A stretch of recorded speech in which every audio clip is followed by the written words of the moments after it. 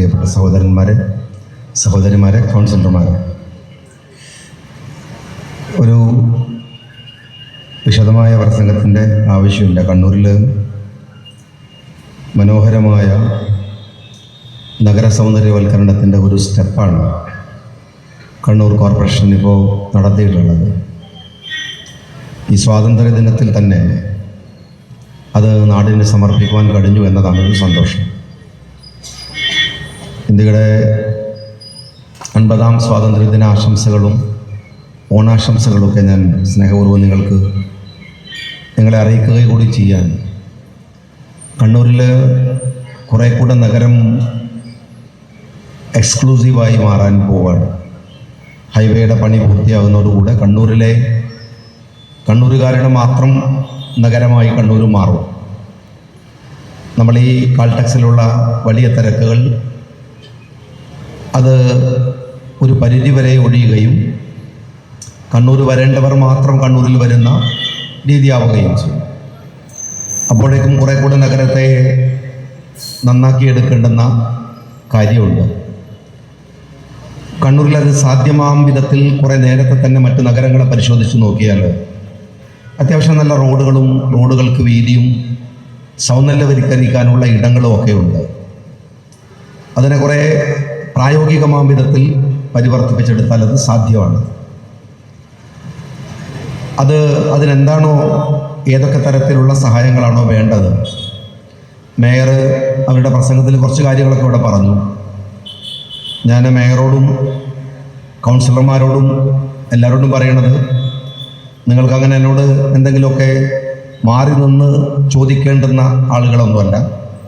നിങ്ങൾക്ക് ആവശ്യമുള്ളത് എന്താണോ എന്ന് നിങ്ങൾ തീരുമാനിച്ചാൽ അത് നിങ്ങൾക്ക് ലഭ്യമാക്കാൻ നിയമപരമായ തടസ്സങ്ങളൊന്നും ഇല്ലെങ്കിൽ പൂർണ്ണമായിട്ടും അതിന് സാധ്യമാണ്.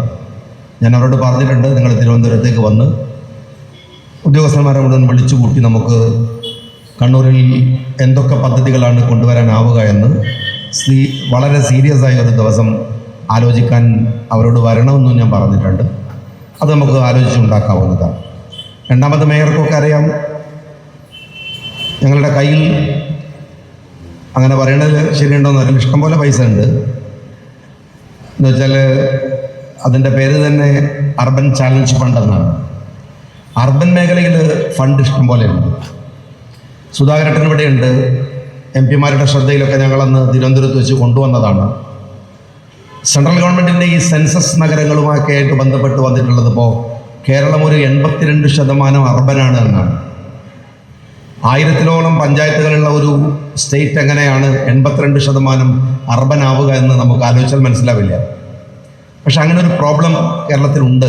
അത് റെക്ടിഫൈ ചെയ്യാനുള്ള ശ്രമങ്ങൾ MP-യുടെ ഒക്കെ നേതൃത്വത്തിൽ നടക്കുകയും ചെയ്യുന്നുണ്ട്. അർബനുള്ള ഫണ്ട് ഇഷ്ടം പോലെയുണ്ട്. നിങ്ങൾ ഏത് പ്രൊജക്റ്റ് ആത്മവിശ്വാസത്തോടെ എടുത്താലും അത് 100 കോടിയുടെ ആണെങ്കിൽ 25 കോടി പൂർണ്ണമായി സൗജന്യമായി അവർക്ക് ഈ കോർപ്പറേഷന് നൽകാവുന്ന വിധത്തിൽ പണം നമ്മുടെ കയ്യിലുണ്ട്. നിങ്ങൾക്ക് PPP ആയിട്ട് പ്രൊജക്റ്റുകൾ കൊണ്ടുവരാം. നിങ്ങൾക്കതല്ല ലാഭകരമായ പ്രോജക്റ്റുകളാണെങ്കിൽ ബാക്കിയുള്ള പണം നിങ്ങൾക്ക് ലോൺ എടുക്കാനുള്ള സൗകര്യങ്ങൾ ഞങ്ങൾ അഡ്കോ വഴിയോ മറ്റോ ഞങ്ങൾ അതും ചെയ്തു തരാം. കണ്ണൂർ ആവശ്യപ്പെടുന്ന പ്രോജക്റ്റ് ഉണ്ടെങ്കിൽ അത് എത്ര കോടിയാണെങ്കിലും നിങ്ങൾക്ക് തരാൻ ഒരുക്കാണെന്നാണ് ഞാൻ പറഞ്ഞത്. അതിനുള്ള പ്രോജക്റ്റുകൾ വയബിളായിട്ടുള്ള പ്രോജക്റ്റുകൾ ഉണ്ടാക്കിയാലും മതി എന്ന് മാത്രമേ ഉള്ളൂ. തദ്ദേശ സ്വയംഭരണ വകുപ്പിനകത്ത് നമ്മൾ വളരെ കൃത്യമായി ആലോചിച്ച് ചില പദ്ധതികളും, എനിക്കിവിടെ ഈ സദസ്സ് കണ്ടപ്പോൾ ഒരു സന്തോഷം ഉണ്ടായത്, കൗൺസിലർമാരായ കുറച്ചാളുകൾ, വനിതകൾ, ഇങ്ങനെ ഒരാൾക്കൂട്ടമാണ്. കുറേ കാലമായിട്ട് ഈ കോർപ്പറേഷൻ്റെയും പഞ്ചായത്തിൻ്റെയൊക്കെ പരിപാടികൾ കാണുമ്പോൾ അവിടെ ഏറ്റവും കൂടുതൽ കാണുന്നത് കുടുംബശ്രീയുടെയും ഹരിതകർമ്മസേനയുടെയും ആളുകളെയാണ്. ഈ കുടുംബശ്രീ മന്ത്രിമാരുടെ ബോറം പ്രസംഗം കേൾക്കാൻ വേണ്ടി കൊണ്ടുപോയി ഇരുത്താൻ വേണ്ടിയല്ല കേരളത്തിൽ ഉണ്ടാക്കിയത് നിങ്ങൾ മനസ്സിലാക്കണം. അങ്ങനെയാണ് അവരെ ഉപയോഗിക്കുന്നത്. ആ സാധുക്കളെ കൊണ്ടുവന്ന് ഇരുത്തിയിട്ട് അവരിങ്ങനെ കൂട്ടുവായിട്ട് ഇങ്ങനെ ഇരിക്കും. മന്ത്രിമാരൊരു ലക്കുണ്ടാക്കാനില്ലാണ്ട് കുറേ നേരം പ്രസംഗിക്കും. കുടുംബശ്രീ ഉണ്ടാക്കിയത് കേരളത്തിലെ സ്ത്രീകളുടെ ആത്മബോധത്തെയും അഭിമാനബോധത്തെയും ഉയർത്തിയിട്ട് വുമൺ എംപവർമെൻറ്റിൻ്റെ ഭാഗമായി അവരെ ശാക്തീകരിപ്പിക്കാനാണ്. ആത്മബോധവും അഭിമാനബോധവും ഉണ്ടാവുകയാണ് ശാക്തീകരണം എന്ന് പറയുന്നത്. അതിന് കഴിയും വിധത്തിലുള്ള നമ്മളുടെ മണിയാണ് അടിക്കുന്നത് അല്ലേ? ഇപ്പോൾ ഉദ്ഘാടനം ചെയ്തതിൻ്റെ മണിയാണ് അടിച്ചുകൊണ്ടിരുന്നത്. 7 മണിയാണ് അടിക്കേണ്ടത്. അപ്പോൾ അത് നല്ലൊരു ലക്ഷണമാണ് ഇപ്പോൾ മണി അടിക്കുന്നത്. അപ്പോൾ കുടുംബശ്രീ ആവട്ടെ അല്ലെങ്കിൽ ഹരിതകർമ്മസേനയാവട്ടെ അഭിമാനബോധം ഉണ്ടാവുക എന്നുള്ളതൊരു ഒരു പ്രധാനപ്പെട്ട കാര്യമാണ്. അഭിമാനത്തോടെ അന്തസ്സോടെ നമ്മുടെ നാട്ടിലെ സ്ത്രീകൾക്ക് എഴുന്നേറ്റ് നിൽക്കാൻ കഴിയുന്ന തരത്തിൽ നമ്മുടെ നാട്ടിൽ വലിയ വാചകടിക്കുന്ന ആളുകളൊക്കെ കുറേ ഉണ്ട്. വലിയ വർത്തമാനം പറയും, ഞങ്ങൾ ജെൻഡർ ഇക്വാലിറ്റിയുടെ കൂടെയാണെന്നൊക്കെ പറയും. ഈ ജെൻഡർ ഇക്വാലിറ്റി എന്ന് പറയുന്നത് തന്നെ ഒരു പൊള്ളയായ വർത്തമാനമാണ്. ജെൻഡർ ഇക്വാലിറ്റി അല്ല ശരിയായ കാര്യം, ജെൻഡർ ജസ്റ്റിസ് ആണ്. ജെൻഡർ ഇക്വാലിറ്റി പുരുഷ മേധാവിത്വം ഉണ്ടാക്കിയ പേരാണ്. എന്നുവെച്ചാൽ പുരുഷനും സ്ത്രീയും സമമാണ്. എന്നുവെച്ചാൽ സ്ത്രീക്ക് ഒരു ആനുകൂല്യം കൊടുക്കുകയാണ്, നീ വളർന്നോ എൻ്റെ തോള് വരെ മതി, അതിൻ്റെ മോൾക്ക് വേണ്ടതാണ്. അത് അല്ല ശരി. സ്ത്രീക്ക് കഴിവുണ്ടെങ്കിൽ, അവർക്കതിനുള്ള കപ്പാസിറ്റി ഉണ്ടെങ്കിൽ പുരുഷൻ്റെയും മുകളിൽ നിൽക്കാൻ അവർ അർഹരാണ്. അതാണ് ജെൻഡർ ഇക്വാലിറ്റി അല്ല, ജെൻഡർ ജസ്റ്റിസ് ആണ് വേണ്ടത് എന്ന് പറയുന്നത്. ജെൻഡർ ജസ്റ്റിസ് ആണ് പ്രധാനം. അപ്പോൾ ഈ പുരോഗമന വാചോടാപ്പം അങ്ങനെ നടത്തുക, എന്നിട്ട് കുടുംബശ്രീ എന്ന് പറയുക, എന്നിട്ട് കുറേ എന്താണ് ഹരിതകർമ്മസേന എന്ന് പറയുക, എന്നിട്ട് ഈ നേതാക്കന്മാരൊക്കെ പ്രസംഗിക്കുമ്പോൾ ഒന്നാമത് മന്ത്രിമാരും ഒക്കെ വരുന്നതെന്ന് പറഞ്ഞാൽ ആളുകൾ തന്നെ വരില്ല. ഈ പ്രസംഗം കേൾക്കാൻ കഴിക്കില്ല വെച്ചിട്ട് ആൾക്കാർ വരില്ല. അപ്പോൾ ഈ സാധുക്കളെ കൊണ്ടുവന്ന് ഇരുത്തിയിട്ട് സദസ്സ് ഇറക്കുന്ന പണിയല്ല.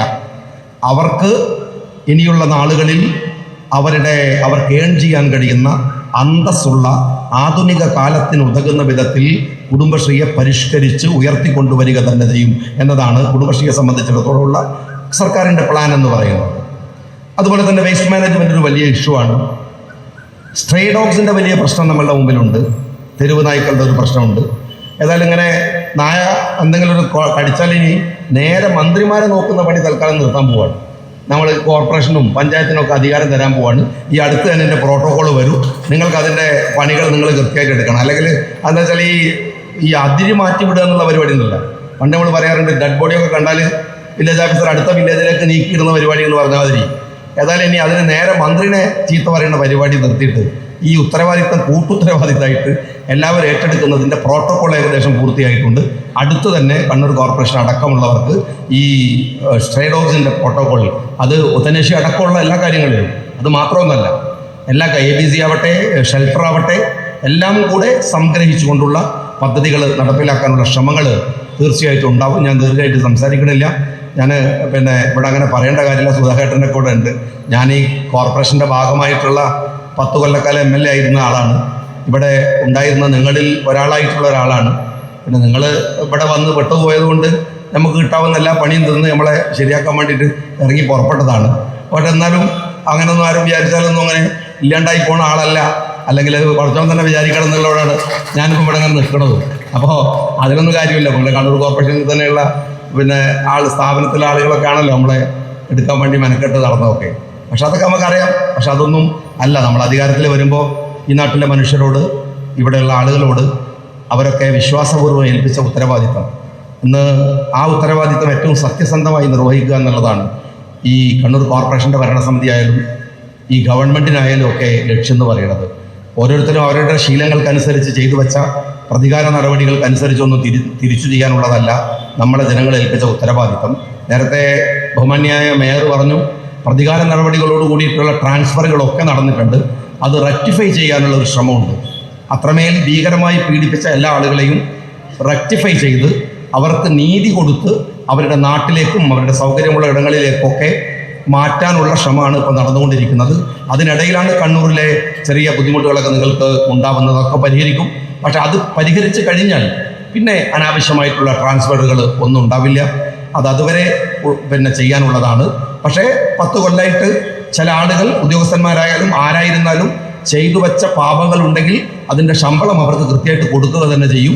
അതിന് തന്നെ കൂടി തന്നെയാണ് സർക്കാർ ഉള്ളത് എന്നുകൂടെ ഓർമ്മിപ്പിച്ചുകൊണ്ട് എല്ലാവരോടും ഹൃദയപൂർവ്വം സ്വാതന്ത്ര്യദിന ആശംസകൾ അറിയിച്ചുകൊണ്ട് ഓണം മനോഹരമായി ആഘോഷിക്കാൻ കഴിയട്ടെ എന്ന് നിങ്ങൾക്ക് ആശംസ നൽകിക്കൊണ്ട് മേയർ പറഞ്ഞ കണ്ണൂരിൻ്റെ എനിക്ക് തോന്നുന്നത് പെർമിസീവ് സാക്ഷനെ കുറിച്ചാണ് മേയർ പറഞ്ഞിട്ടുണ്ടാവുക.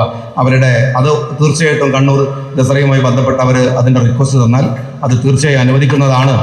അത് അവർ വിചാരിക്കുന്ന പൈസ ഒന്നും കൊടുത്തിട്ടില്ലെങ്കിലും നിങ്ങൾക്ക് ആവശ്യമുള്ള പൈസ എന്തായാലും തരും എന്ന് പറഞ്ഞുകൊണ്ട് ആവശ്യമുള്ള പൈസ എന്തായാലും തരും എന്ന് പറഞ്ഞുകൊണ്ട് ഞാൻ എൻ്റെ വാക്കുകൾ വിരാമം കുറിക്കുന്നു, നിർത്തുന്നു. നന്ദി, ജയ ഹിന്ദ്.